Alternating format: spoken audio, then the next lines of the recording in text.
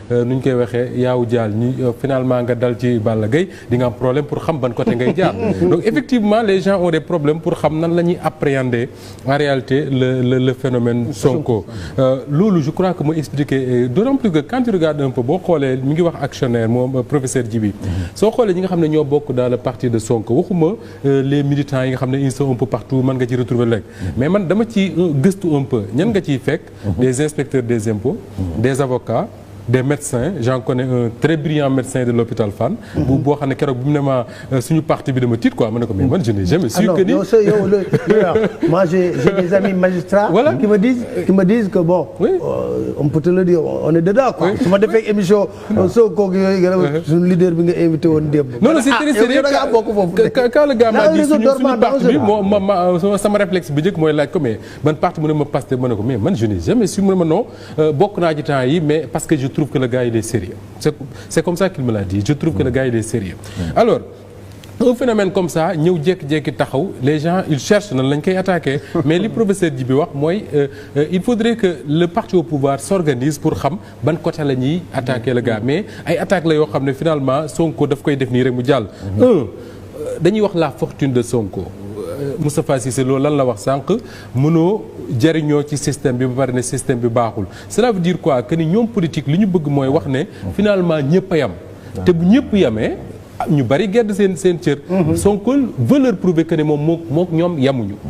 deuxièmement ñu ne Sonko salafiste la Sonko ay organisation islamiste ñoo bokk ci ñoo nekk ci ginnaawam ñi ngay wax noonu waxuñu ko pour wax ne Sonko dafa dangereux nañ ko ragal non dañ koy wax parce que ils veulent mettre dans la tête des Sénégalais que ni Sonko dafa contre li nga xam ne ñun moom lañ yaakaar ne mooy suñu force diine jusqu'ici muy tarixa yi et loolu c'est pas nouveau au Sénégal man ça m'a beaucoup amusé fan yi ma lire un de nos confrères là Thierno Diop de Dakaractu mu publier sur sa page Facebook des extraits du livre de Mamadou Dia bi Mamadou Dia tuddee Afrique le prix de la liberté bu Mamadou Dia doon expliquer avant décembre 2002 nan lañ ko préparé pour boole ko ak Serigne si jaxase ko ak Serigne si dem wax Serigne Fallou Mbacké ne ko kii dafa bëgg a daaneel sa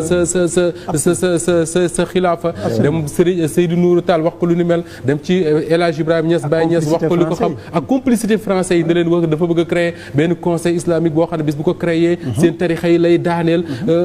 d'ailleurs loolu moo indi woon sax ba ma may problème avec Léopold Sédar Senghor il n'a pas eu beaucoup de soutien mais bien sûr Mamadou Dia le dit dans son livre donc qu'est-ce que lan nga gis tey moo di ne même angle d'attaque bi la ñuy utiliser contre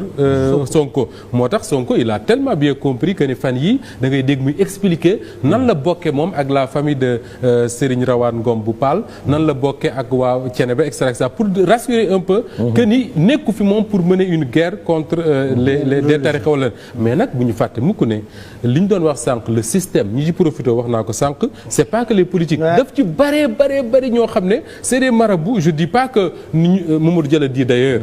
terme bu ma neex la wax dans son livre là mu ne ñi ñu tuddee les grands marabouts ñi ñu tuddee les grands marabouts au Sénégal du ñoom ñooy jariñu en réalité ci système bi mais dafa am autour de tout un monde boo xam ne le système tant que mi ngi mel ni daf leen arrangé parce que gars yi Mansour Sy Djamil di wooye la mafia